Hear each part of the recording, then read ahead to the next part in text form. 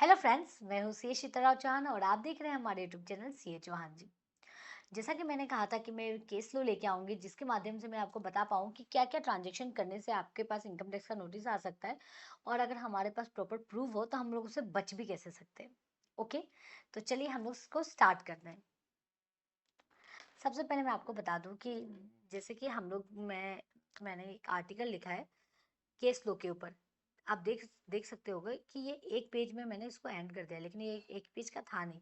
ये एक्चुअली था 8 to 10 page का, जिसको मैंने सम अप करके एक पेज में मैंने इसको डाल दिया। और इसमें कुछ भी ऐसा नहीं है कि कोई कंटेंट छूट गया है। जो जो मुझे लगा कि आपको बताना बहुत ज़रूरी है वो सब है इसमें। तो प्लीज़ आप इसको शुरू से एंड तक ज़रूर देखें। तो चलिए मैं आपको बता देती हूँ कि ये क्या केस लो था। ठीक है, कैश डिपॉजिट के ऊपर था। और कब किया गया था? ये डिमोनेटाइजेशन पीरियड में किया गया था।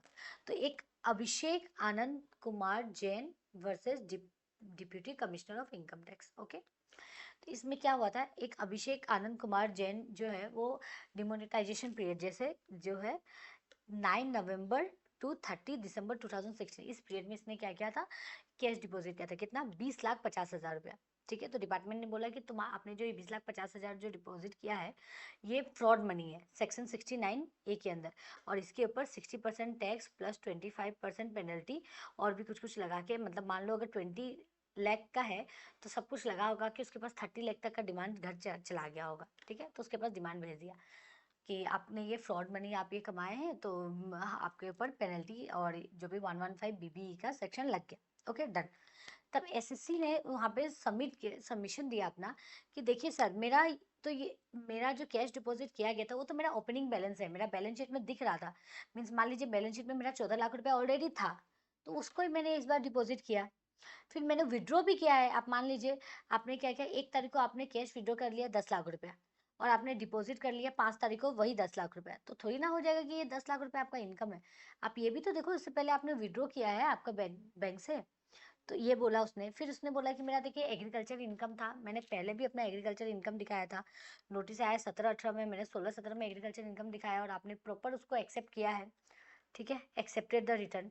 उसके बाद मैंने बुक्स ऑफ अकाउंट भी मेंटेन किया है और आपने उसको भी एक्सेप्ट किया, रिजेक्ट नहीं किया और ना ही कोई डिस्क्रिपेंसी आपने पॉइंट आउट किया। तब ये मानने के बाद भी एसएससी ने क्या किया, डिपार्टमेंट ने क्या किया, मैंने एसेसिंग ऑफिसर ने क्या किया, ऑर्डर पास कर दिया। ठीक है, अब जैसे उसका ऑर्डर पास हुआ तो फिर एसएससी ने क्या किया, अपील किया। अपील करने के टाइम में भी वो जब हार गया तब वो आईटेट के पास गया।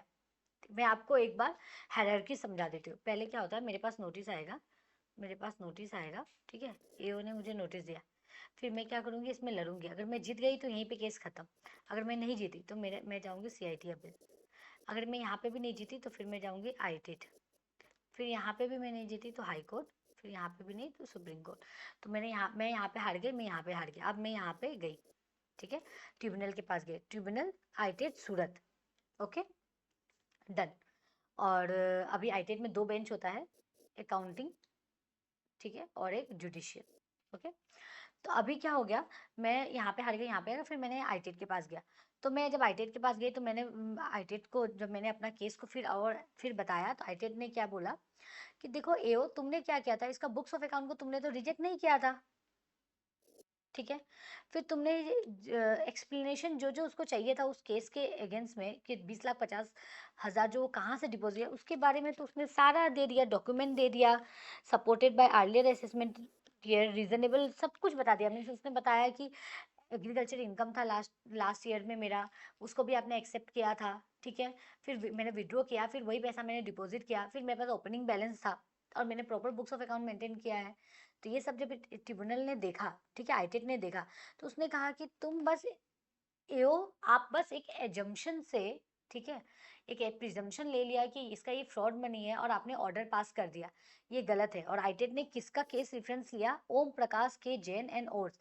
इसमें क्या हुआ था, मैं आपको ये केस भी बता देती हूँ, छोटा मैं बताती हूँ कि जैसे कि ये अभिषेक आनंद कुमार जैन जी ने जो 20,50,000 जो कैश डिपॉजिट किया, उसके अगेंस्ट में उसने तो सारा इन्फॉर्मेशन दे दिया कि उसका ओपनिंग बैलेंस था, विड्रॉ किया, फिर वही डिपॉजिट किया, एग्रीकल्चर इनकम था, बुक्स ऑफ अकाउंट भी मेंटेन किया था, आपने तो रिजेक्ट कभी किया ही नहीं।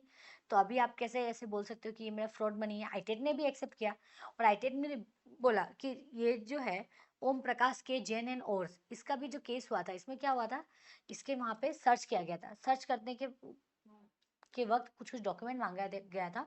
ये ओम प्रकाश के जैन ने क्या किया था, वो डॉक्यूमेंट जमा कर दिया था, लेकिन असेसिंग ऑफिसर ने वो डॉक्यूमेंट को रिव्यू ही नहीं किया और ऑर्डर पास कर दिया। तो आईटेट ने कहा क्या कि आप लोग अपना जो फॉल्ट है उसके वजह से आपने क्या किया, इसके ऊपर अपने सर्च वर्च करके इसके ऊपर ऑर्डर पास कर दिया, तो वो आपने गलत किया। मीन्स आपने एक अपना प्रिजम्पशन ले लिया कि ये गलती है, फ्रॉडी है, उस बेसिस में आपने क्या किया, ऑर्डर पास कर दिया। तो वो हम लोग नहीं कर सकते। ठीक है, तो ये केस लो था।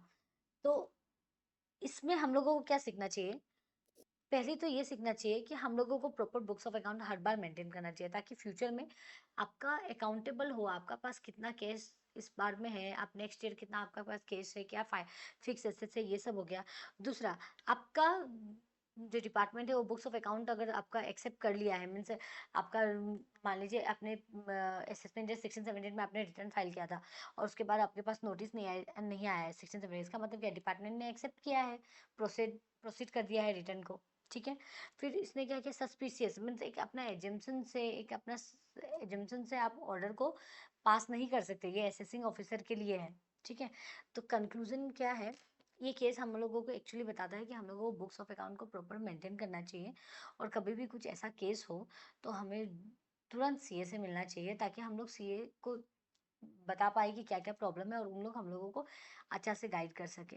तो अगर आप कभी भी कैश डिपॉजिट कर रहे हो तो प्लीज़ आप देखो कि आपके ओपनिंग बैलेंस, आपका लास्ट ईयर का बैलेंस शीट में कैश बैलेंस है या नहीं है, या फिर आपने कितना विड्रॉ किया है, ये सब आप प्लीज़ ध्यान में रख के फिर आप कैश डिपॉजिट करें।